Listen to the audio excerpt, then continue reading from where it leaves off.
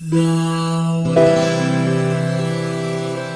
is saved.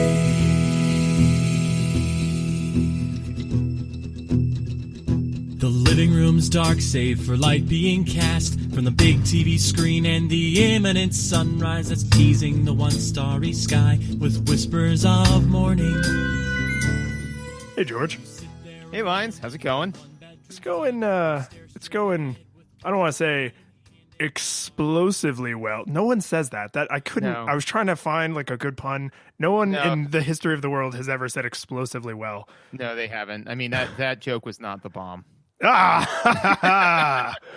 You know what that was? That was like, I thought there was only 5 seconds on the buzzer, so I like hurled the ball from like half court, and you were like right under the basket, like, dude, why? And you just like grabbed my air ball and like went for an easy layup. The skadoosh. But yes, no, we played Bomberman. And wait.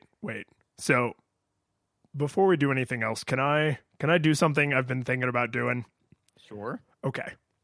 So, at the beginning, we always do like our, what's your childhood memories of this game? So when we started playing this game, I was like, this is definitely not one of the ones I played as a kid. And I kind of knew that going in because we played Bomberman GB, which is one of the Game Boy ones. Right. Mm-hmm. Well, I did a teeny little bit of research, not a lot. How dare you, sir? I'm very sorry, but I promise it pays off.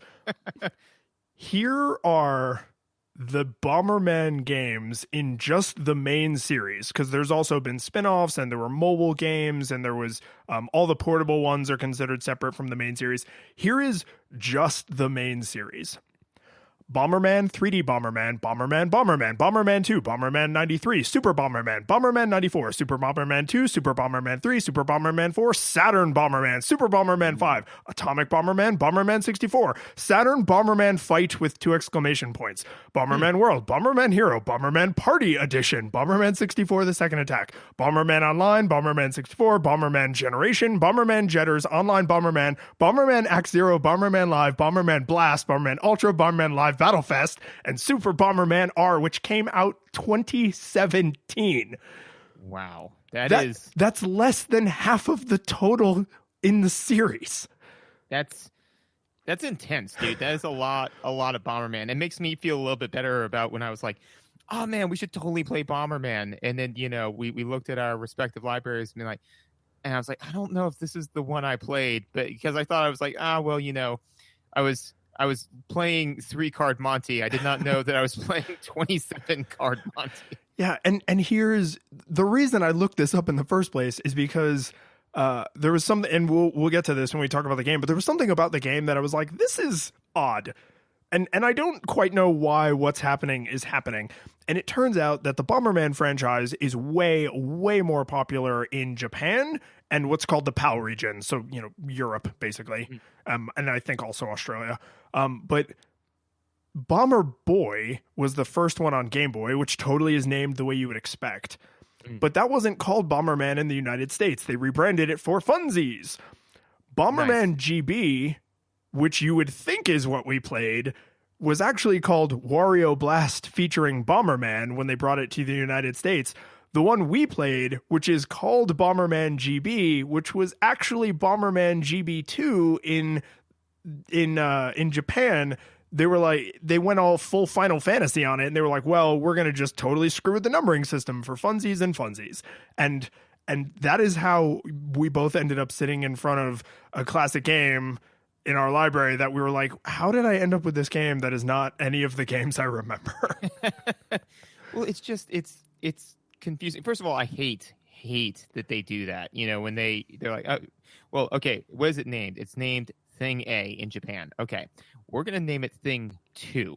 And it's like, it's not even the same, like, it ain't even the same ballpark. It ain't even the same league. It ain't even the same other sport. It's like, I don't know why they do that, but that all of that adds up. And actually, it was weird when you said Super Bomberman Wario Blast or whatever. I think I might have played that one. Well, so that was one of the more popular ones in the US because it had familiar Mario characters, and the Game Boy was where Wario first got popularized as a character. So, like, a lot of people were like, oh, Wario. And because, I mean, that was, mid 90s, whereas Bomberman goes way the hell back to 83. So there's like, it's crazy, man. I had no idea he had this ridiculous lineage. Like, just, Oh, I yes. mean, they're still making Bomberman games. Like, he is current. I'm surprised he hasn't. Has he shown up in Smash Brothers yet? Ooh, I don't think so. I'm a little behind on Smash Brothers, but that'd be cool. Yeah, right. I'd play that. I mean, have Bomberman versus the Blue Bomber, Right? I mean, they shoved Pac-Man in there. Jeez. God. Anyways, but so yes, we played Bomberman, and we kind of tangentially touched on our nostalgia goggles experience, which is we both played one or more of these games, but not this game when we were younger. Yeah, and it's important that, to be fair, even though neither of us have nostalgia goggles for this specific game, if you're going to screw that up, it's good to do it with a game like Bomberman, because Bomberman is a puzzle game. And its puzzliness has gotten other quirks over time, but it's not like, oh, I played Legend of Zelda The Wind Waker. That's just like all of them. No, it's not, right? Or I played Final Fantasy. They all have magic and stuff, right? No. But, I mean, if you've played one version of Tetris, you've essentially played all of them for the purposes of being able to carry on a conversation about Tetris. So when I got like an hour into this and I was like, I'm pretty positive this is not the one I played, I didn't feel that bad about it. No, I didn't either. When I was like jamming around, to me, I was a little worried at first until I ran into the power-up system, because it took a little while before I got a power-up, and I was like, if this doesn't have power-ups in it, then it is substantially different than the game I played. But right when I got the power-ups, I'm like, no, this is basically the same. And actually, this one had some interesting twists of gameplay that I thought the one I played did not have, that I thought were very unique and interesting. So I'm actually glad that we played this one, because I think this was a better game than the one I played overall. But yeah, take that, the other 47 versions of Bomberman. Take that, the other 47 versions, one of which I played and am insulting, but I can't insult that specific one, so I'm insulting the entire group. That sounds like how, like, culturalism or racism or like religious bigotry, like all those things start like that. Like, This one time a person from my out group, splashed water on me, and now I hate everyone in that out group because I can't remember who it was. Yes. And it was just kind of like, and now I hate everybody in that group. Well, what was the group? Well, they had, and then just one person picked like skin color as opposed to eye color or hair color or nose type or any other distinguishing features. And they had arms. Yeah. Thus a race was born, and thus racism was born. And that's, thanks, Bomberman. Yeah, thanks, Bomberman. Didn't know Bomberman was what started racism. But anyways, the more you know. I learned stuff in this podcast, and that's what I think is important. That's what we're here for. The top of the hour visuals. Yeah. So. Oh no. So I didn't. No. So I didn't. Don't do it. I didn't play a lot of Game Boy as a kid. I didn't have a Game Boy. I foolishly went Game Gear because I followed that stupid blue hedgehog the way I imagine hardcore drug addicts chase the white dragon. So my best friend at the time, had a Game Boy, and I never borrowed his Game Boy, but it was one of those things where I would like play it at his house, So I'd be over, he'd be playing, Earthbound or something, and I'd like pick up his Game Boy and play Tetris or Super Mario Land or whatever. So like most of my Game Boy experience came kind of through that venue. I'm having not played Game Boy a lot, and then playing this on a television, like Super Game Boy style, like way bigger than you would normally see it on a Game Boy screen. I was actually still pretty impressed with how much information they communicated with such low fidelity. I mean, they have like 3 colors and like 4 pixels, and like one of the pixels like doesn't always light up, and yet you always know exactly what you're supposed to be looking at. Like, it's kind of remarkable. I was very impressed with the visuals, and again, like it ain't The Witcher 3. It's not that. It's never going to be that. But considering how little they had to work with, I was also remarkably impressed with the visuals, because at first, before I played it, I pretty much had the comment cocked and ready to go in my mind of, because normally we talk about visuals as far as visuals go, right? For like the aesthetics and like how pleasing it is, and then visuals and surface of gameplay. And I was like, well, it's a Game Boy game. You can't really talk about the aesthetics of the visuals because it's so low resolution, But when I played it, I was like, no, you absolutely can actually in this game, which like honest to God shocked me, Well, I think the cartoony style of Mario, Mega Man, Bomberman, even the Game Boy Legend of Zelda is like that kind of, we are not going for realism, we are going for clarity. Like if you measured like Link's sword in the Game Boy Legend of Zelda's, it would be like 40% as large as him. It would be like it'd be like Cloud Sword. Exactly, right? It'd be a Buster Sword. It would be stupid, but you don't think that because it's a cartoony representative style.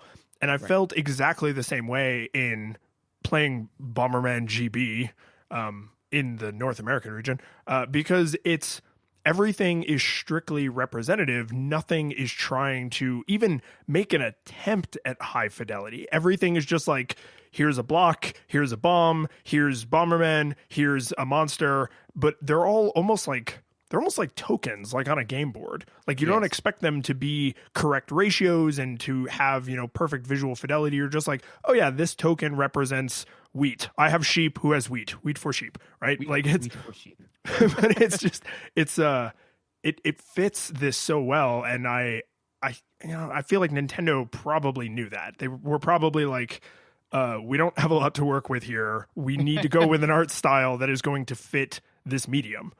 Well, and even like with the fun, interesting little tricks, like the reason why Mario has a mustache kind of a thing is, I think that's kind of why they went with Bomberman's entire face being eyes. Just eyes, yeah. Yeah, because it's just kind of like, well, we want, you to know, like on screen, it's like, oh, well, that's Bomberman. And it's like, well, there's no way that we can render like a sprite this size, because the sprite needs to be a certain size, that way you can get a certain amount of the screen.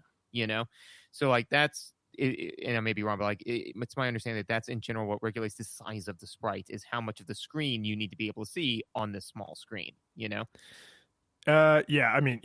Basically, because if he was twice the size, you would have twice as many pixels, and you would never know what the hell was going on. Toy Story, but yes, so that would be problematic, right? Yeah. Yep. Yes. So they were like, all right, well, he needs to be this big. It's like, well, if he's that big, we can make him like a stick figure. And it's like, no, we want him to actually we want him to be a fun character. It's like, well, I don't know. At this point, he'd already been on the Nintendo and in the arcade, so they were like, well, we kept him super simple. Now you have less colors, by which we mean none colors. Yeah. And like half as many pixels to work with, but he needs to still be recognizable as the same character. Right. And I thought, did a great job. The one thing that threw me off, and I don't know why they made this choice, but it was fine, was the hat. Okay. Yes. Okay. So yeah, this is what I was bearing the lead on during the opening is, having not known when I first sat down to play this, that there were, at last count, 87,000 different entries in the series. Mm-hmm.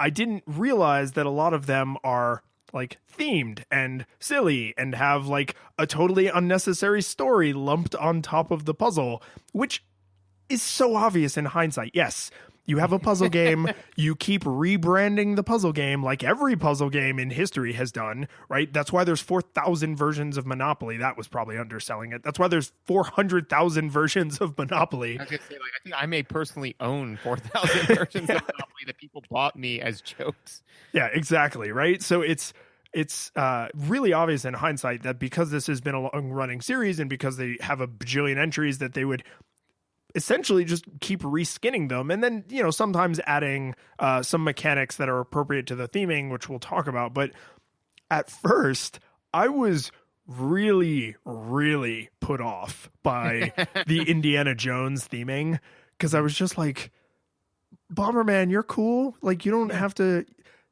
dress up as Indiana Jones to be cool, like you're cool all by yourself, Bomberman. But then in between the areas there's like little not cutscenes, but like little like tableaus of him in like a single panel comic strip kind of thing. Uh-huh. And then like going on, you get the whip, right, which is like a cool little Indiana Jones visual, and more I found myself being like, yeah, like I'm totally on board with Bomb-Deanna Jones. Like, you do you, Bomb-Deanna Jones. Like, and I don't know exactly where that crossover happened, but I remember at the beginning being staunchly against it, and by the end being like, yeah, whip it good. They called the dog Bomb-Deanna. So yeah, no, I mean that was the thing. Is the hat really threw me at first, and especially because I did not know how much that little head dealy was like important to me until all of a sudden there was a hat, and I was like, take off the hat. You're indoors. What are you, an animal? Yeah, and, I mean it's like Alex Trebek walking out without his mustache. That first night, everybody was just like, "Who's this asshole?" this guy. But yeah, no. So eventually, I did get used to it, especially because, and one of the things, and this kind of feeds individuals. So it is a puzzle game, right? And most importantly, is it's a timed puzzle game, right? So when you pause it, it gives you a pause screen, right? And it does that so that way you can't pause it and figure out what you're going to do, you know? Right. You can't stop time and study the universe. Exactly, which would be neat, but also ultimately antithetical to what they're trying to do. But it's on that pause screen that there's a number of visuals. First of all, again, the it's just, like Bomberman, kind of sleeping, catching some Z's. Taking a little nap on a hillside, sunny day. Presumably the sky is pure white. Yeah, it's pure sickly vomit green. It's fun. And so he's got the hat off, and so I saw he still had his little head dealing. I was like, oh, good. Somehow I felt comforted. But then I saw something else where I was like, and I did not know that there were 6.022 times 10 to the 23rd Bomberman games. But I did not. Was that a mole? That is a mole. Yes. Yeah, no, I'm trying to think of like what Faraday's constant is. So just, like, he's throwing these like insanely weird numbers out. No, this is true. Bomber Girl. Okay. She in my reading over the list, there was exactly one game called Bomber Girl, and I'm sure she was in a bunch of the others because a bunch of the other games involve multiplayer. It's not fair to assume. There's no reason I should assume they included a female character, but she does exist, and she did at least get one game of her own. And I think it is likely that because several of the games focus on multiplayer, that she probably made other appearances, but I cannot confirm or deny. So she's like the Bomberman Princess Peach. I got the impression she's more like the Bomberman Miss Pac-Man. Like, she is exactly like Bomberman, but pink. Shrink it and pink it, right? But yeah, no, I and thought charge so, twice as much. Yeah, but when I saw that, I was like, Bomber Girl, and that was, I guess, the first like ruffling of where I was like looking at a what I thought was a nice sunset, and then all of a sudden I saw something weird where it looked like the ruffling of a scrim, and I realized that maybe I'm not staring at a sunscript.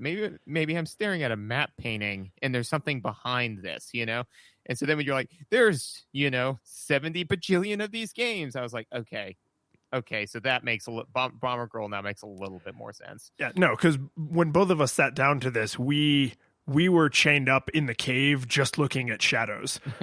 We had no idea that there was a whole universe of bomber men and bomber women and people who don't even identify as a bomber gender, like just out there living their bomber lives. Well, and that's actually I'm going to take that and run with it for a second. So we were doing all of that, and so we went out, we saw the real world, and I came back to Megan still staring at the cave wall because she came in to watch me play because she was like, oh well, I played Bomberman. I'm interested to finally see like you playing a game I played.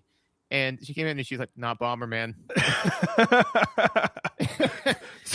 So actually you left the cave you were chained up in and then went to her cave. She was like, these shadows are not my shadows. Yes. Well, I mean, I went to her and said, like, there are Bombermen that you would not know or believe. And she's like, no, this is reality. And it was funny, though, because she said, no, this isn't the game I played. And I was like, well, that doesn't surprise me. I know that and I knew there had been multiple titles. I just didn't know there were that many. And so she pulled it up on her phone. She's like, this is what I played. And I was like, no, it was never going to be that because it was Bomberman 64. Oh, I felt that coming. Yeah. I didn't want to presume. It was never going to be that. Yeah. But yeah, no. So I mean, overall, though, especially, I thought they did a good job leveraging. So as far as visuals, as the aesthetic goes, I thought they did a good job in the beginning, leveraging the visuals in such a way that they built a world for you to project onto. So the visuals that you see at the beginning is like Bomberman, like falling down into a chasm, and like him with his Indiana Jones hat and being awesome, and like it gives you these full pictures as it's telling you the story. So then when you see what I think you were very apt with your analogy, those tokens moving around, you project this grander thing on top of it. And I thought you know what they're representative of, right? And so I thought they did a good job in the beginning leveraging that 15-second intro. And then as far as visuals for gameplay, I thought they were remarkably well, much better than I expected, to be sure. Well, they never break their own rules. Everything that moves kills you, right? They never mix up things where like, oh, some of the rock tiles are rock tiles, but some of the rock tiles are actually monsters, right? They never pull any crap like that. Like it's pretty much, here is the game, play it, right? It's a puzzle game. It's Tetris. It's Dr. Mario. It's if the rules weren't consistent, it wouldn't be a puzzle game. It would be like Wacky Fun World, guess what's going to happen next? And that does not make for good puzzling. So when thinking about it, kind of like these are the little tokens, I was again, like I was kind of turned off at first that in between each area, they're like, here's this new mechanic we're introducing into this next area. And I was like, oh, that's kind of lazy. Like, why don't they just show me what that does in gameplay? And then the more I thought about it, I was like, oh, because they literally can't. Like, like I can't be thrown into a puzzle and not know what all the tokens on the board do. Like, if I'm going to solve a mystery, I need to know that a lead pipe and a gun and poison are all potential murder weapons. I can't think the lead pipe just fell off the bottom of the sink, right? So at first, like the first couple areas and the first couple times I played through, I was like almost a little annoyed. I was just like, especially because like you can't, like A button through those screens. You kind of have to watch them. And I was like, oh, because this is literally the video game equivalent of like, I come to your house to play the Bomberman tabletop game, and you take out the instructions and you're like, this token does this token does that, this square means this. And it's like, yeah, of course you would have to do that, because otherwise, as soon as we started to play the game, I wouldn't know what the hell to do.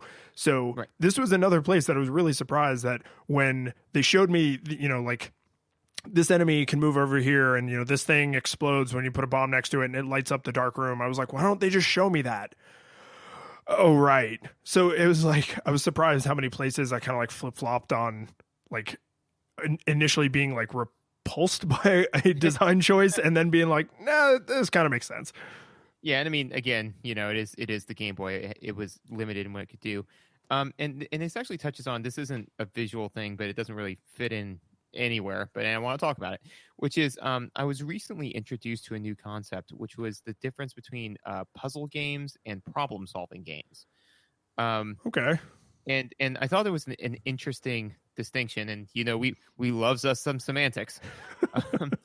But like an example would be Portal is a puzzle solving game because there's pretty much one way to solve those puzzles, this would be closer, and I mean it's like it's a spectrum, obviously, right? But like Minecraft, for example, would be a problem solving game in that you have a problem and there's like 50 different ways to solve it. And I think this kind of falls closer on the spectrum towards a problem solving game, because there was a number of times where like I started a level and was like, I just started working my way clockwise to clear everything out, and I died a few times. I was like, well, let me try just working counterclockwise. And there's no doubt in my mind that you could definitely clear it working from any direction, going in any which way you want. It's not like you have to clear this block and then you place a bomb here and here, and that is the way to do it. So I thought it was very interesting that there were a bunch of different ways in which to solve these puzzles. So I think that in my mind, this actually falls closer in the spectrum to a problem-solving game, which is an incredibly useful skill. Well, and it's not a true, I would say a true puzzle, not that it's better, but to be a strict puzzle, it would have to have one solution. Right. Like exactly. A literal puzzle where you have taken a picture and chopped it into pieces. Those pieces can only go back together exactly one correct way. Mm-hmm. You could solve the problem of seeing the picture by like mashing chunks together and leaving parts out and filling them in with your imagination, but the puzzle can only be solved one way. And this definitely has multiple solutions, but there are times when there's an obvious optimal solution, or there are game modes that enforce a single or closer to a single solution. Like We'll talk about later the game mode where you have to kill enemies in order. Mm-hmm. Like that would push it back toward being more single solution. And then there are other places where it's like bomb to your bomb's delight, bomb it up, bomb guy. And it's just like bomb however you want to bomb. And there's infinite solutions, or, as many as there are, more than one. Exactly. And so I think that, like I said, I just came across that comparison recently, and it's kind of reframed the way I look at some games, because like I said, like there are some where especially like old school adventure games and things like that, where like there is one solved problem. You use baby on ocean or something like that on a lake. Yeah, and exactly. It's throw baby. Yeah, I thought it was, but I didn't want to guess and be wrong. Like I thought that's fair. To err on this side of caution of babies going into lakes. Yeah, I didn't write it. It's just I laugh at it. But yeah, so I thought that was interesting. Also, I thought so I didn't get super far into this game because I really enjoyed playing through like the different game modes and stuff like that. Oh, well, hang on. But before, because I can actually tie your crazy thing back to visuals for you. Oh, good. Thank you. Yeah. So the one thing that I noticed the more I was playing is that I at first was playing very lazily, and I was like, I'll just do whatever. I'll just blow this up. Oh, I could have put a bomb over there and I would have hit both these things at the same time instead of laying two bombs separately or whatever. And the reason I noticed I wasn't becoming hyper obsessed with like a more efficient solution is because ultimately I cleared every map. Like every map, I wasn't doing it on purpose or thoughtfully. I was just like, oh, there's a rock I didn't blow up, even though I'm on my way to the exit. And I would like go back over to that rock and almost like obsessively be like, oh, okay, it's destroyed now. Like I turned the light switch on and off 34 times. I'm sorry, I'm not trying to make fun of anybody, but like it was like that subconscious where I was just like, oh, I'm just doing this and it's almost against my will. And the reason I can say that with a little bit of certainty is because later when I was trying to be more efficient and like explore the game mechanics a little more, I had to like tell myself not to do that. And it's because I really liked walking to the exit and seeing everything had been explored. And the easiest way to tell in Bomberman that you've been somewhere is that everything that could be blowed up, you did blowed up. You done blew it up. Yep. Yes, it's like there's a nice like visual cleanliness to it. And in some of the later areas, the more I was playing, like I didn't get that visual cleanliness because I was trying to be like more efficient and more strategic. Right. I think tactical is actually the correct word. But anyway. Yeah. Strategy is long term. Strategy is long term. Tactics is present term. Exactly. Anyways, but no, this is true. Yeah, I thought that as far as the visuals go, because this is normally where we talk about hitbox. So generally speaking, the hitboxes of like the creatures themselves, I thought were fine. And when they aired on the side of the player, which is, as we've discussed, the way to go. Yep. The bosses I thought were finicky.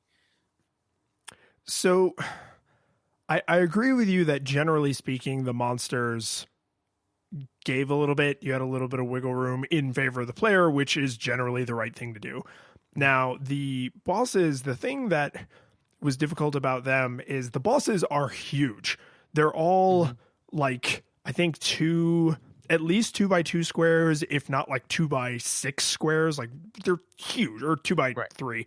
They're friggin' massive. So you end up with an object that takes up a disproportionate amount of the screen and is supposed to be floating vertically. So like if you were looking at it, it would have the appearance of like a tower that's moving, like a rook moving around a chessboard, and you are down on the ground. So all of the bosses have some amount of visual space that you can pass behind them without getting hurt. So they all have a hitbox that is smaller than their representation on screen because you can pass behind them under the right circumstances.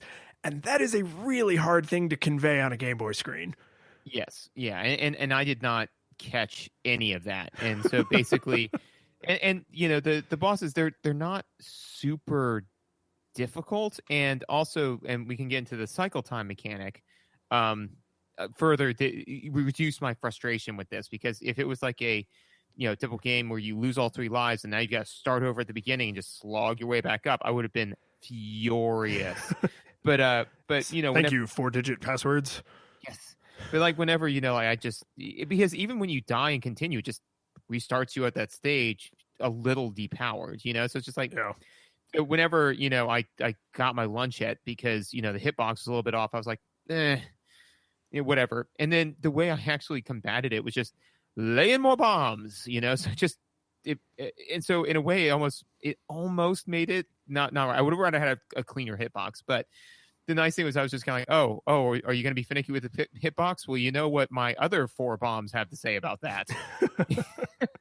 They totally just went with the shotgun approach of, instead of just being like, okay, all right, I need to understand how I can pierce this thing's armor with my super set. No, nope. Just that's how I fought every single boss. 4 bombs, all dropped, all in a line, so that if I misrepresented, or if I misaimed a little bit, it's like, well, close enough. Although there's nothing, and Megan unfortunately saw my shame on this one a couple of times. There's nothing more shameful than when you're running and bombing and you accidentally like hit a little too soon and you put the bomb in front of you and there's a bomb right behind you and you just get to sit there for like a solid 1.5 seconds while you just wait for your end, just dejected. We go like, oh, I screwed this up. Well, and then when you get the whip, that changes that a little bit, but you still manage to pin yourself in a corner where there's nowhere to whip that bomb. Yeah, exactly. And like I said, it's just because, and we spoke already about the fact that Bomberman's sprite is very simplistic, but I could see disappointment in his eyes. Yeah. Those 2 big sad eyes. As he just like stared into this pulsating bomb, which is the size of him, that I assume he has like a bag of holding, that he's just pulling these out of. Is there canon for why Bomberman's able to haul around? Is it not like a chicken and egg thing? What? Does he not lay bombs? Well, no, I'm definitely not saying that that's actually what's happening. Although that is absolutely what's happening. Yeah. No, I have no idea what his thing is. I in true spirit to the show, did not look into it. Yeah, no, so I don't know. You're like, is it like a chicken and egg thing? I'm like, the bombs are bigger than him. Like it just disappeared as it died. No, the bomb token is bigger than the Bomberman token. Yes. It's different. And part of me would love it, but in my mind, like, because it is a very cartoony aesthetic, is that he's just got like it kind of like in Scott Pilgrim with what's the girlfriend's name? The Knives or Ramona? Ramona. Where Ramona like pulls out the huge sledgehammer like out of from her tiny little purse. Yeah, like that's what I'm picturing. Is he's got like this like little bag and he just like reaches in and pulls out this bomb that slowly becomes like as big as him, and he sets it down. And he just anyways, the reason why I say all that is that like he throws that down in front of him and he can't whip it anywhere, and it's just pulsating, and he can see in this shiny glass reflection his own face, and sadness wash over him as he knows he will never again gaze upon Bomber Girl. And oh, so you got anything else on visuals? I don't have anything else at all. want to be here anymore. No, okay, so sound. This game has sounds in it, and okay, so these are literally the fewest notes I've ever taken for audio in a game. And and I'm I don't know how to feel about it because I have nothing bad to say about it, but I have nothing good to say about it. Like each area has its own music, which is nice. Yep. And then the bosses all have the same boss music, which gives you a certain amount of consistency. And then the last boss has special last boss music, which is nice. But I don't know. Maybe it's just because I didn't have the sound up super loud because I was usually playing at a time when my kids were asleep, or maybe it's because I don't have like any affinity for these tunes, but I was just like, yeah, I mean, there's music. And I certainly understand the, you don't want to be blaring the TV loudly when your kids are asleep. But a part of me, just like, I don't know why I thought this, but it's like, just imagine you like putting your daughter down and then like the TV was like in her room. So you're like shh, go to sleep. And then like, you just turn around and like pick up the controller. It's like, Daddy, what are you? Shh, go to bed. Go to bed. I have to save this ring, or save Bomber Girl, or whip some rocks. I don't know. I'm not clear on what my objectives are right now. Shh, I'm not really clear for what's at stake. All I know is that it's like the button where it's like if you press this button, someone will die. It's like bang. It's like no, you didn't hear the whole riddle. Oh, I'm sorry. But you'll also get $1 million. Like it's like I don't need the story. I don't need to know what I'm saving. I was in it for the bombs. Yeah. I'm just here for the bombs. It's but I'm the reason I feel a little bad saying like I didn't take particular note of the music is because the Game Boy is every bit as handicapped auditorially as it is visually, and maybe even more so because not only did they have less digital information that they could store, but deal with the crappy speaker. The crappiest speaker. And I mean, again, I got to play Super Game Boy style, so I had like normal modern speakers, and I know that a lot of kids played with headphones in, but like, I don't know. I just wasn't like, and I think it's more insulting to be like, yeah, I nothing you. Like, it's so would you say, as far as the sound went, you were close to being an Eskimo, or an Eskimo? I was not into it. You were super not into it. I actually had two notes on the audio. I mean, because there were two of them, two notes of note. Because like the music, like you said, is like, yeah, it's fun, it's peppy, it's cool, it's whatever. I thought that it was very important. There is a very distinct enemy mob dying noise. No, but this was super important because it's loud and it's clear, and that's important because a lot of the times, not a lot of times, but often enough, enemies can die off screen. That is legit. Yeah, and so it's like, because there were a couple times where I'd place a bomb and I'd walk away and listen to hear if I nailed it or if it like went around a corner when I couldn't see it, because especially when you get those bombs super powered up and they're almost as dangerous to you as they are. Yeah, you sort of need to get out of dodge. Like you put a bomb down, and you're like, crap, and it's like you're just like running away. But yeah, so it makes a very distinctive sound when they die, and I started to use that as a clutch for when they were off screen. Well, so I thought did you make it to the area that has the teleporty things? No, I did not. Okay, so and I think this.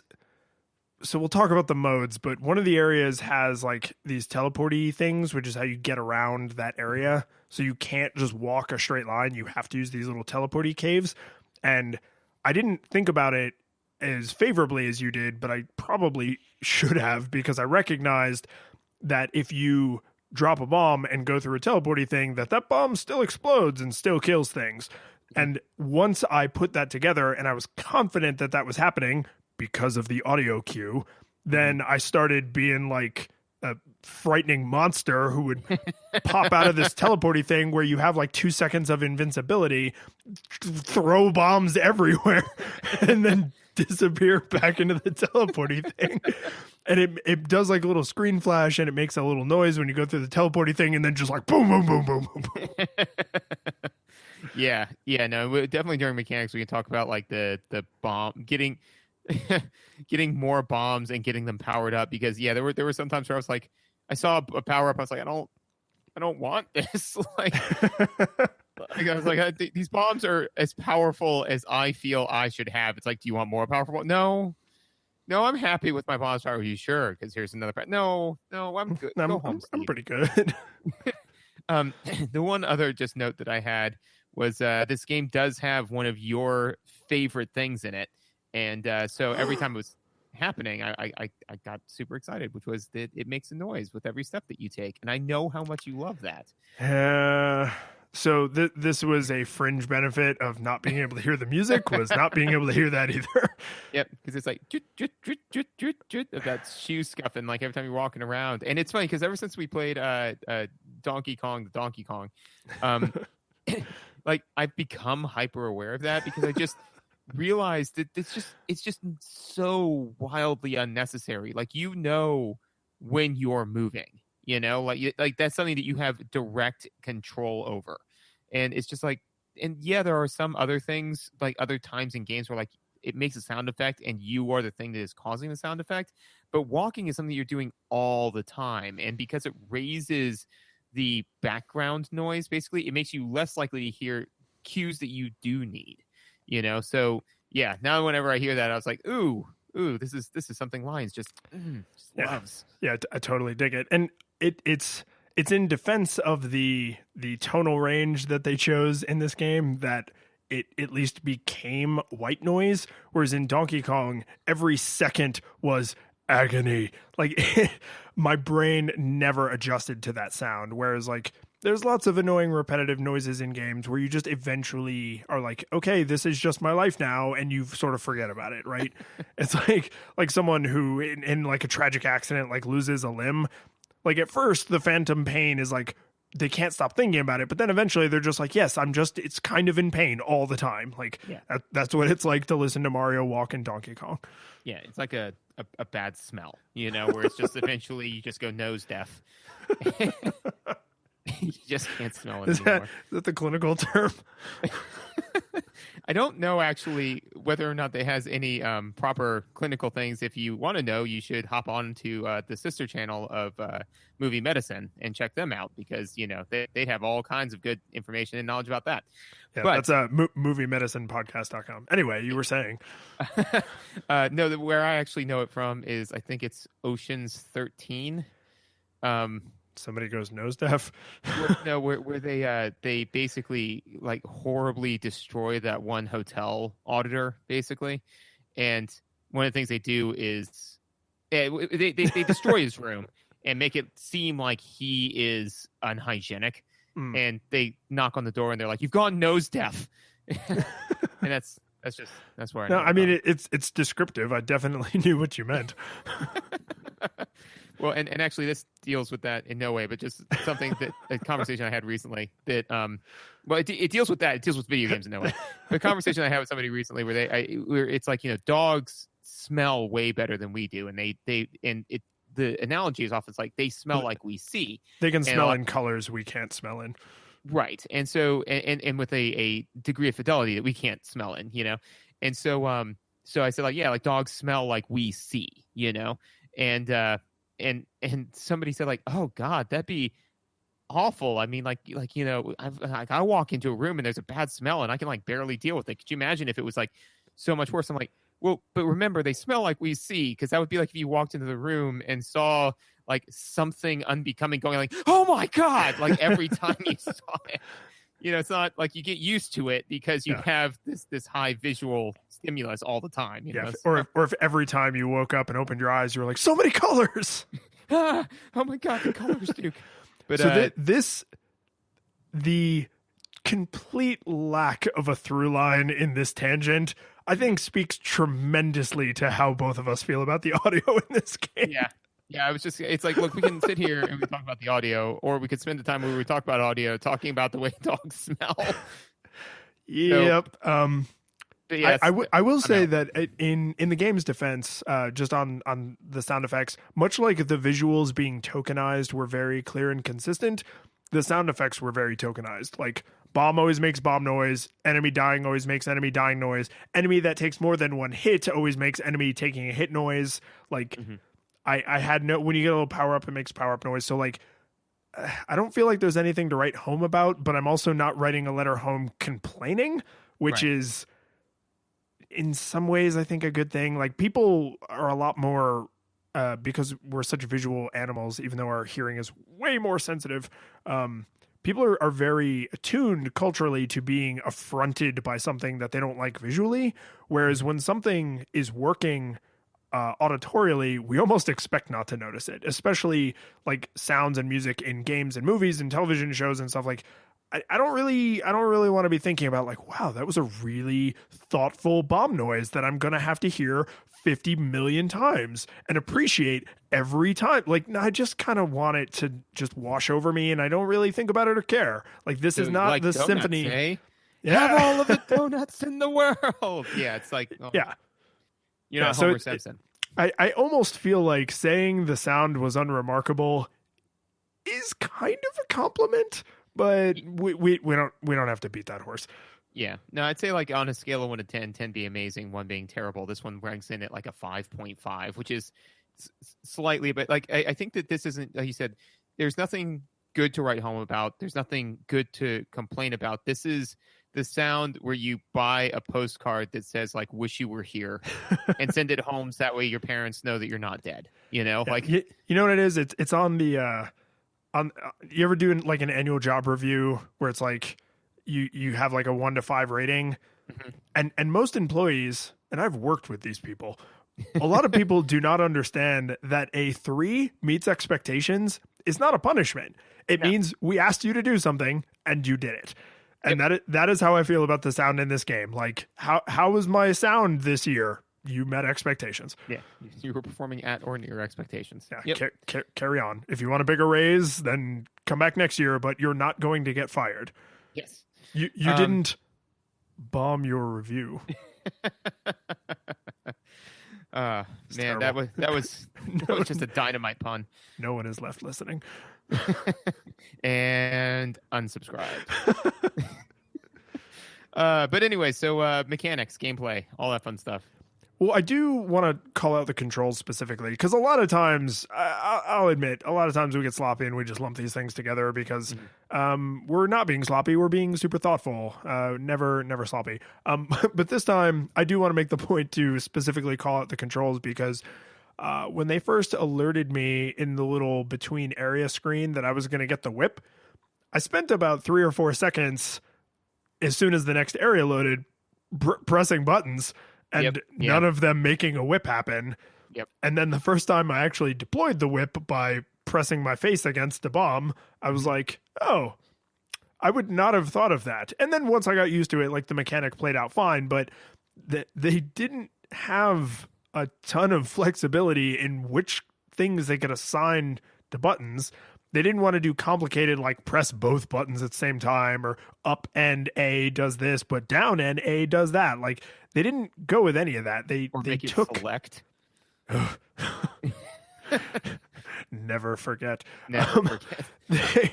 They opted for a movement based mechanic, which, given the nature of this game, actually makes total sense. And the second I encountered it and saw like the bomb always goes until it meets an obstruction, I was like, okay, I totally get it. I totally get why they went with this control for this mechanic, but I did spend probably about 10 seconds pressing the 2 buttons on the controller and being like, why aren't bombs? Why aren't whips?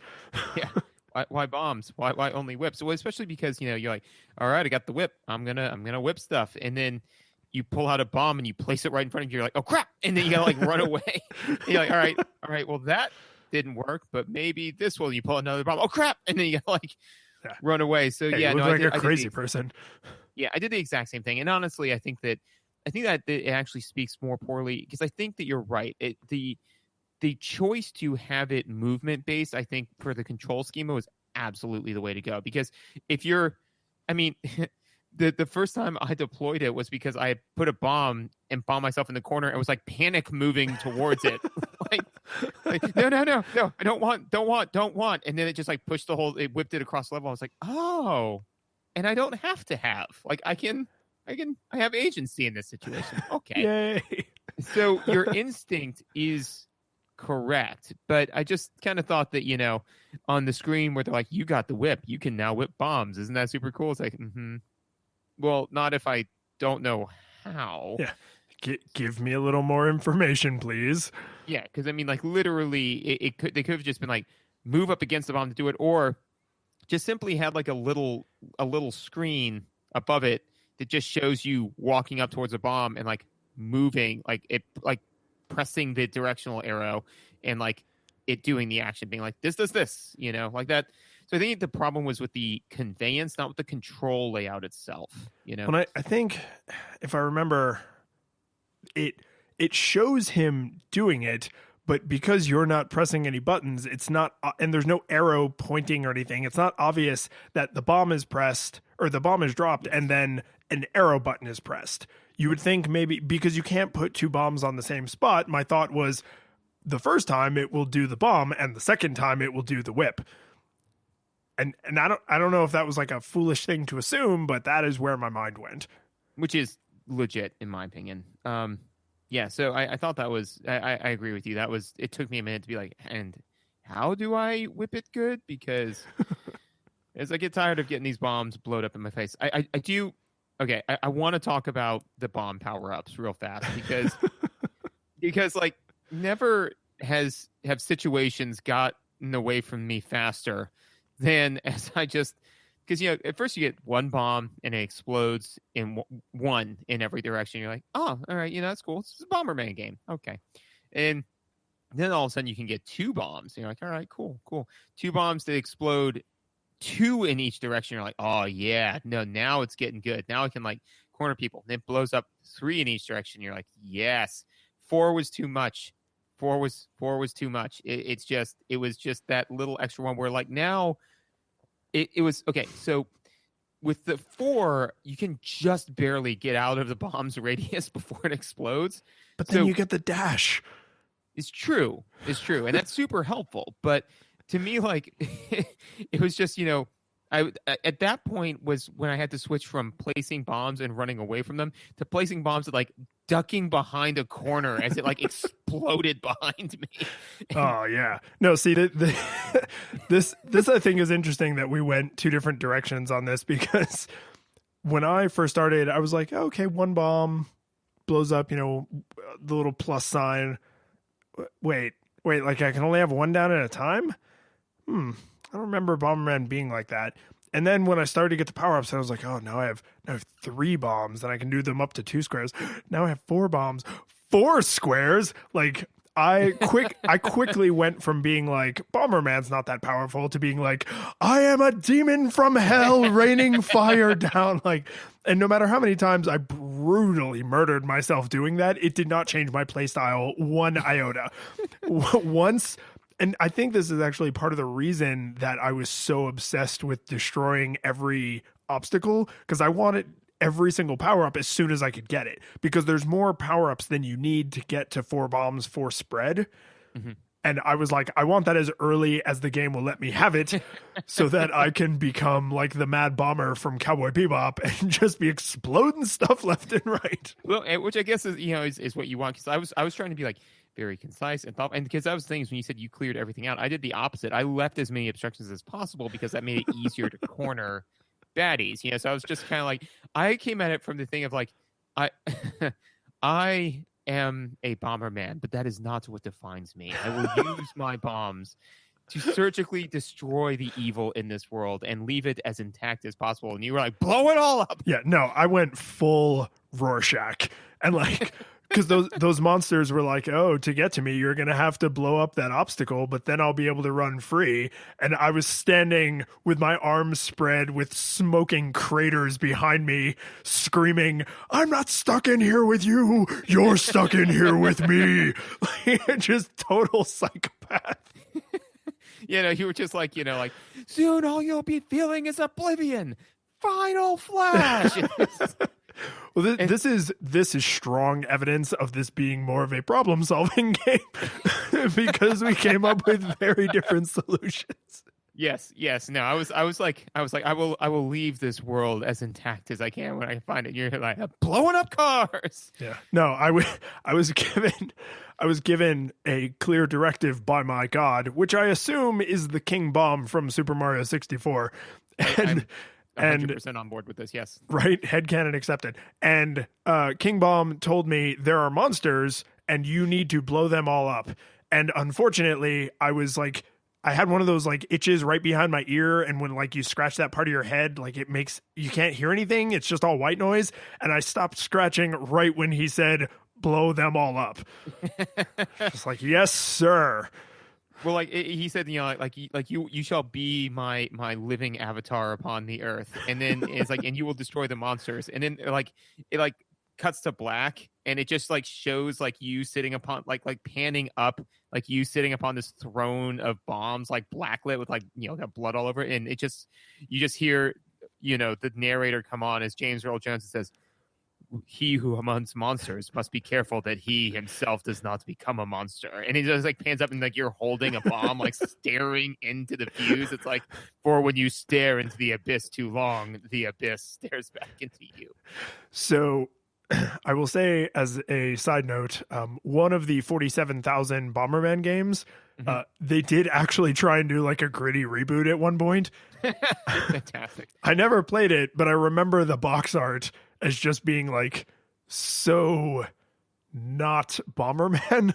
And it's like, so this is a good use case if you ever think, oh man, a gritty reboot might be cool. Yeah, sometimes it is, and then sometimes they try and do a gritty reboot of Bomberman, and it's not cool. No, oh god, no, I looked it up. It's not okay.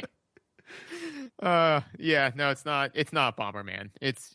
I mean, it's just kind of like, it'd be like if you took another like over the top cartoony thing and decided to make a gritty movie where it takes place let's just say a plumber, right?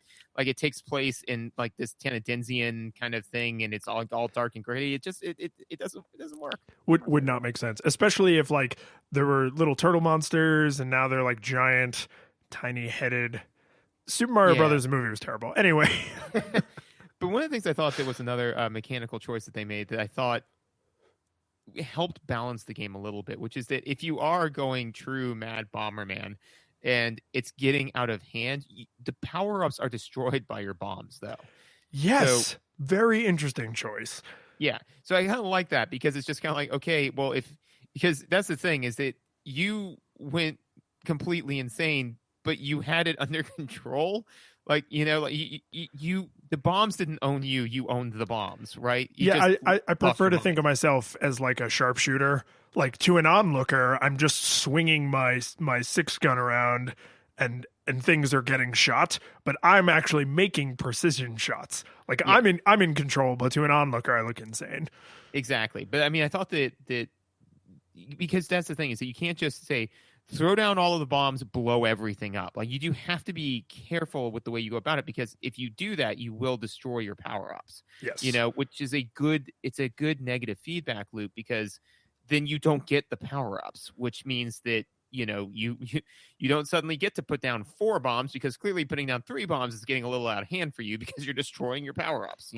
Well, and one of the ways that I had this come back and bite me that I thought was actually pretty legit that the game thought to do this is one of the things that bombs can blow up is bombs. So if you... Oh, yes. They cascade, yeah. Yeah, they do. So if you are on... And there aren't a ton of these, but if you're on like a sort of long straightaway and you drop a bomb and whip it, and then you drop another bomb and whip it, now you need to be up to 8 squares away because you've created this unbelievably huge blast radius. Yes. And there were a couple times where my death came from off screen and I was like, wait, what the hell just happened? Oh, yeah, I deserve that. Yeah. And that is something also worth touching on, is that because the mechanics are so like fair and they're telegraphed pretty well, that every time I died, I was like, yeah, I deserve that. Even when I remember, I think it's for whatever reason, stage 2, 3, I just got stuck on for whatever reason. But every time I died, even though I played that stage like 8 or 9 times, every time I died, I was like, no, that was my fault. I got careless. You know, there was never any point where I was like, no, the game cheated me, because I was playing on the mode where the hideouts are hidden, you know? And yes, so I also hated that one. So what? I also hated that. Yes.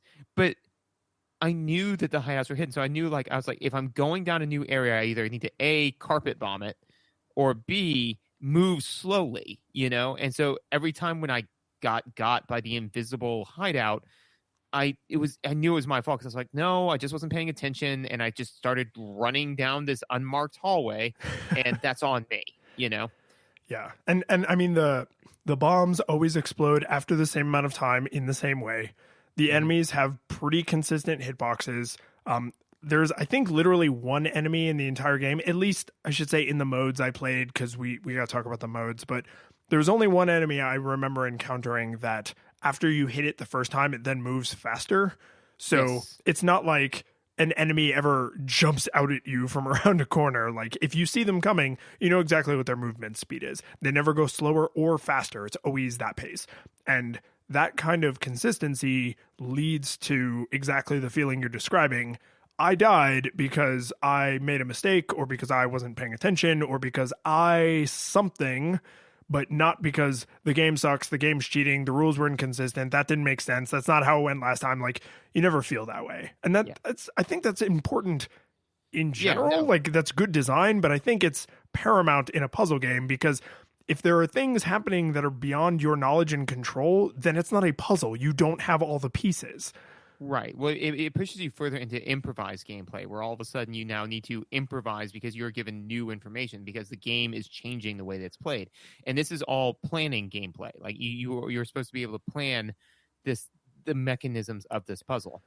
This is a minor note that I don't know why. I wrote this note down, and just because when it happened, I had such joy, and I don't know why, but is when you can trap a mob with your bomb to where they can't move anywhere. Yes. It is super satisfying.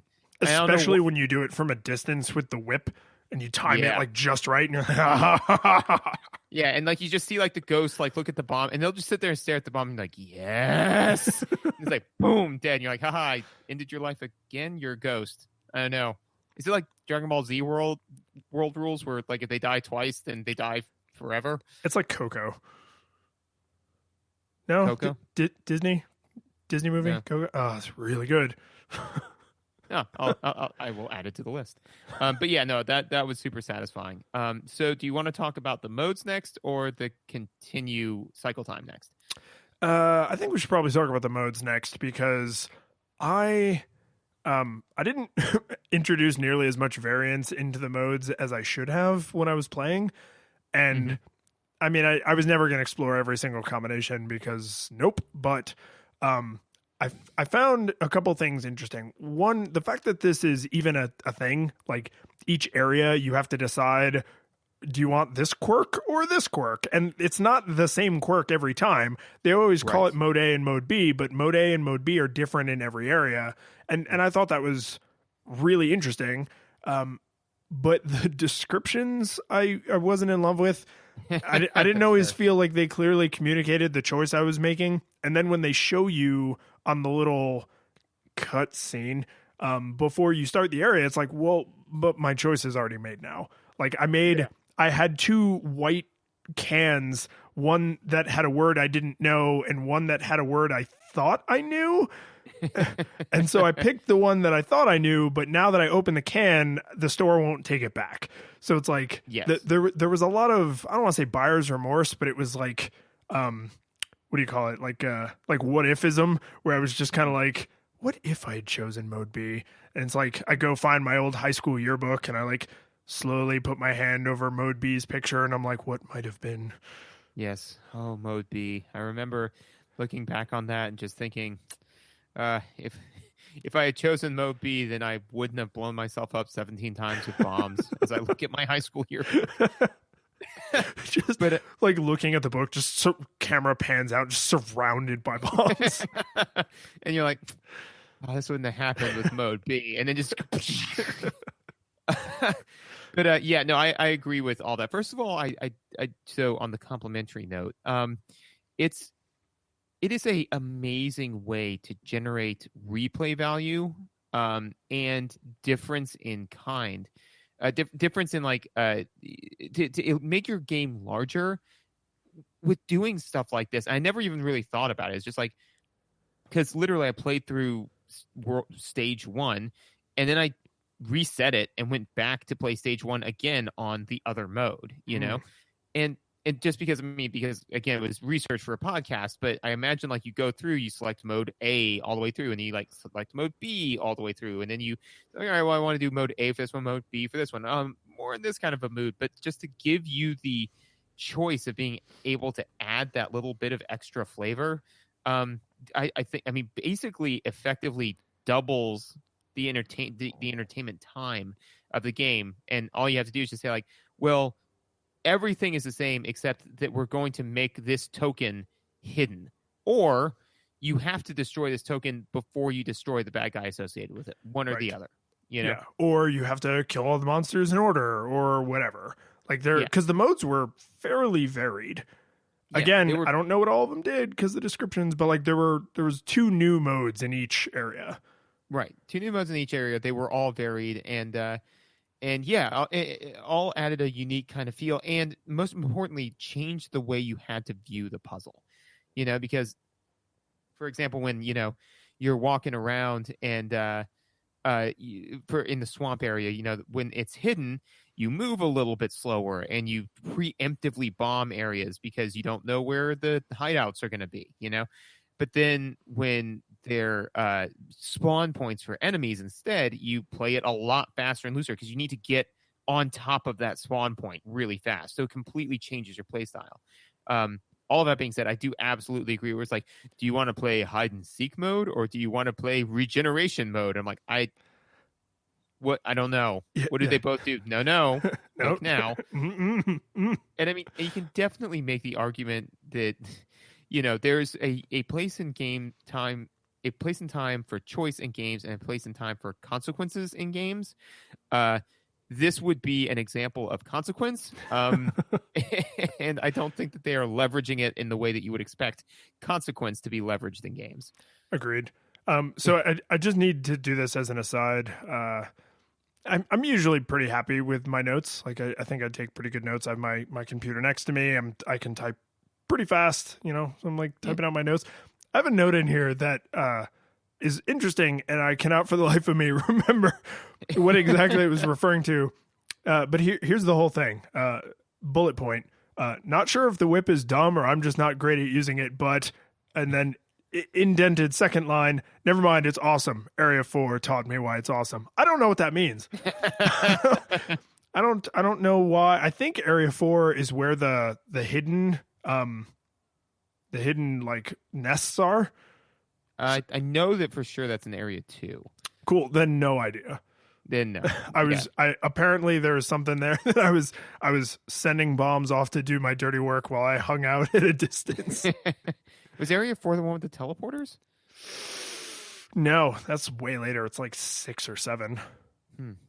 Yeah, I don't know. Yeah.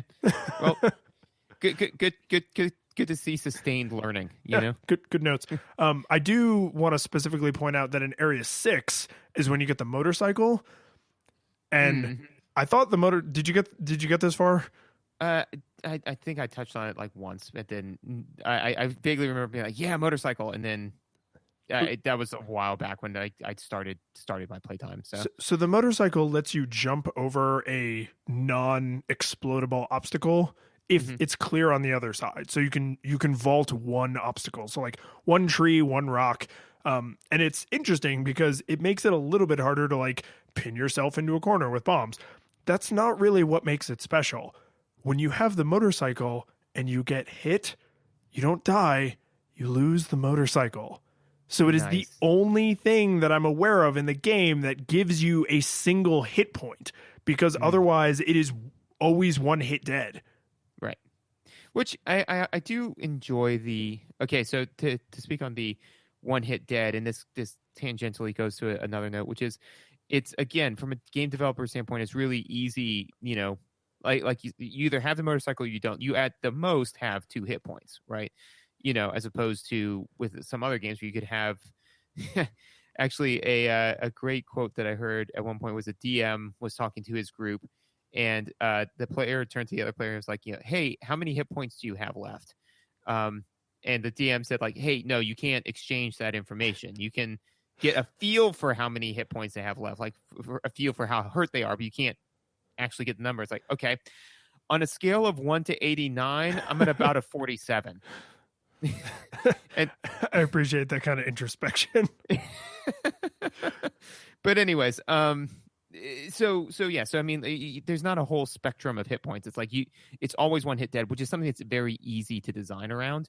And they also did a similar design note where they reset your spectacle creep at each stage. Each area you have to collect power-ups again. Correct, which is good because that way, they know beginning on area 2, you're always rebase powered, and it makes collecting power-ups always meaningful, even for a skilled player. It's something that it's a game mechanic you cannot eschew by virtue of just being awesome at the game. Because by the time I was at stage 5, I was not worried at all about the power-ups because I had been completely powered up for some time. And then when I got to area stage 2-1, I was like, oh, I've got to start being a little bit more careful again because I need these power-ups again, which I thought was a good design decision. Yeah, it also forces you to kind of engage with what's new about the new area, as opposed to being like, well, I was really enjoying my, whipping 4x4 bombs around. And it's like, no, if you want to do that again, like you have to build back up to it, which is, it makes you have to take stock of the world because the power-ups are in the world. Right. No, that's actually a really good point because, as opposed to just being like, I'm walking in and being like, I am a golden god, I shall remake this world in my image. It's like, no, take the world in. Perfect and round and shiny. The one final note that I have is on the continues in the cycle time and the password system. So first of all, the password system I liked because it was easy, like it's just four numbers. So it's just really easy to just write that down as opposed to some games where it's just like this 17 character code, numbers, symbols, uppercase, lowercase, What are the Mega Man games did a coordinate grid? Well, and so for the Mega Man games in particular, or at least Mega Man X, right? I could see that because I think they actually kind of needed that much information in order to generate the actual game you were playing because each power-up made it a little bit different. I'm talking way back, like Mega Man 3 or something. Yeah. Use a red dot coordinate grid. It was like, you have to play this game of Battleship to load your save. Oh, yeah. Yeah. Sorry, that all just Right? came screaming back to me. So I thought the password system was reasonable. It was just kind of like, look, here's your password. Easy peasy. But I never really even used them that much just because the continue system is so easy to use, so basically like you go through, you got 3 lives, and if you got to continue, you start over at the same stage, just slightly depowered, and so all of that, at no point did I feel like I was slogging back through stuff that I had already mastered in order to get a crack at the thing that killed me. Yeah, it's Castlevania style. Yeah, exactly. Because otherwise it would be heartbreaking. And this was not that. There were some times where I would get like 3/4 of the way through the stage and then accidentally blow myself up. And I was like, gotta go back through and do all. But I mean, again, at most the cycle time is like a minute or 2, which for games of this era is very understandable. Well, and it's if you keep blowing yourself up to start over from the beginning of that stage with your power-ups gone, it's kind of the game's way of saying like, honey, calm down, take a deep breath. We're going to sing the Daniel Tiger Calm Down song, and then I will give you your bombs back. Yeah. But it's like, because if they just, because it's a a puzzle game where you're being timed and you have a tool that also murders you, I think if you continually kept your power-ups and you just got to keep starting over from right where you were at increasing frustration, you probably actually end up rage quitting more because you would keep blowing yourself up and just being like, god damn it, and you know that would just be it. Whereas like being like, okay honey, calm down, just catch your breath here. I'm gonna take away the 4x4 bombs. Here's the 1x1 bomb again. When you've calmed down, then you can have the 4x4 bombs back. Yeah, no, and actually that's a very, very good point that I didn't really think about, which is, it's that a lot of the times chances are the thing that killed you. It's like wielding a lightsaber. You're as likely to hurt yourself as you are to hurt somebody else. I would say that approximately half, if not more, of my deaths were entirely self-inflicted. Yeah, no, I could agree with that. So, which I didn't really think about until you said, I was like, yeah, I was my own worst enemy on that one. But then that's the thing, is because it feels like a mild punishment, so it does feel like self-murder has repercussions, which is good. Because if it was nothing, you'd be like, oh, well, okay, I'll just, like you say, keep throwing Bomberman against the wall until I see what sticks, which would make it cease to be a puzzle game or a problem-solving game. It would be a choke the rivers with our dead game. And that's not the game. I can't jump over this pit, so I'm going to fill it with Mario corpses until I can walk across it. But so what they then did was they basically said, like, okay, well, your punishment is we're going to depower you a little bit, which is actually probably the thing that killed you in the first place. So it's actually like a good feedback loop, which I think is really kind of clever. Good for them. So this is an excellent segue into my feelings on how this held up. But I don't want to talk over you if you had anything else. Are you ready to go into that good night? I am. Do it. Okay. So I think this game was exceptionally thoughtfully designed, and this mechanic we're talking about, where it's kind of like, hey, you've kind of been killing yourself a lot, maybe like slow down. The problem that I had, and I don't know if I've actually felt this way about any game we've played so far on Nostalgia Goggles, is I have a tremendous amount of respect for this game, and I found it almost soul-crushingly boring. Like once I knew what needed to be done, I felt like I could not do it fast enough. And that was weirdly, like, even if there was just a way, like, oh, if you triple tap the A button, you can make the bomb explode instantly instead of after a second and a half or something, which I'm fairly confident you can't do, but I'm going to feel like an idiot if you could. It's probably A and select, but yeah. There's like, because I would see like, okay, there's one enemy left and I have to blow up 6 rocks to get to him. And then the exit's over there and I have to blow up 4 rocks to get to the exit. And I was like, and that's what I'm going to do now, is like, right. I'm not going to screw this up. It's really obvious what needs to be done. And it is literally just waiting for my bombs to explode so I can walk to the exit. And I had that feeling come over me almost an alarming amount. Like there were times when I was really, really enjoying myself and I was like whipping bombs and motorcycling over rocks. And it was like, it felt cool, but I realized that the more engaged I was, the more like reckless action game I was playing. And the more I treated it like a methodical puzzle, the more I was just like, okay, I see a solution. It may not be the optimal solution, but I see a solution. And now it is just a matter of walking through it. And that was a weird feeling to be like, I have tremendous respect for this work of art that I don't like. Well, and I think that I think you kind of hit the nail on the head with the fact that it was missing the mechanic of being able to voluntarily detonate your bomb, That being said, like, I don't think they could have added that in, because that would have made killing enemies too easy, because timing out when they cross with like your bomb exploding is part of the challenge. So yeah, no, they could not have a detonate on command mechanic. It would change everything. Right. So yeah, it's the only other thing I could think of is, the only other way I could think to combat that would be to create destructible surfaces that could be, and destructible surfaces that cannot be destroyed in tandem, because every time you put a bomb down, it destroys one layer, right? So if you got like 3 layers, you got to put a bomb down and wait, put a bomb down, wait. But if they had it where it's like, no, you can just destroy all 3 of these, but there are some of them where you have to do it that way, then they could modulate how fast the player is getting through it a little bit better. And I mean, that would add a complication of like, then it would be tempting if you could blow up to 3 rocks at once, then they would just put 6. And now you have to still do 2 bombs to get through instead of just putting 2 rocks instead of 6 rocks, right?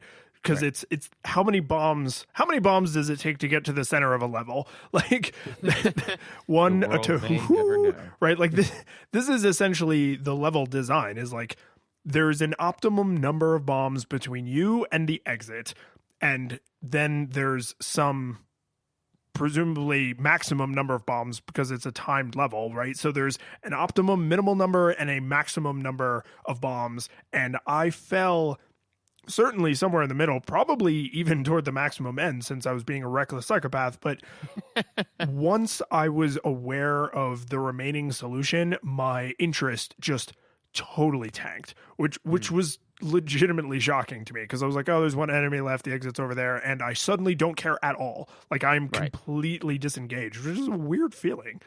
Yeah, no, that is definitely odd. Yeah, I mean, for me overall, like, did it hold up? Yes. I think that the game is absolutely worth playing. I think it's a good problem-solving game. I think you're right in the sense that it is a little like this. The pace is just, a half step too slow in some places, because I definitely did get that same thing where I'd be like, okay, put a bomb down, go wait. Normally, way I would pass the time is just go blow up other stuff, for just sheer boredom, but I don't think at any point I was just kind of like, no, I don't. It never got to the point where I was like, I don't want to play this game, but it did. Sometimes I would be like, I get it. Yeah, I get it. Right. Yeah. This level is dead to me. Like, right. I don't want to turn the game off, but I really am done with this because, like, I get it. I see the picture. The puzzle part is solved. Right. Exactly. So. But I definitely absolutely think, especially all things considered with, the level of technology, if somebody said to me, hey, I want to play a Bomberman game, I would probably, say, no, play Bomberman 64, play a later title that,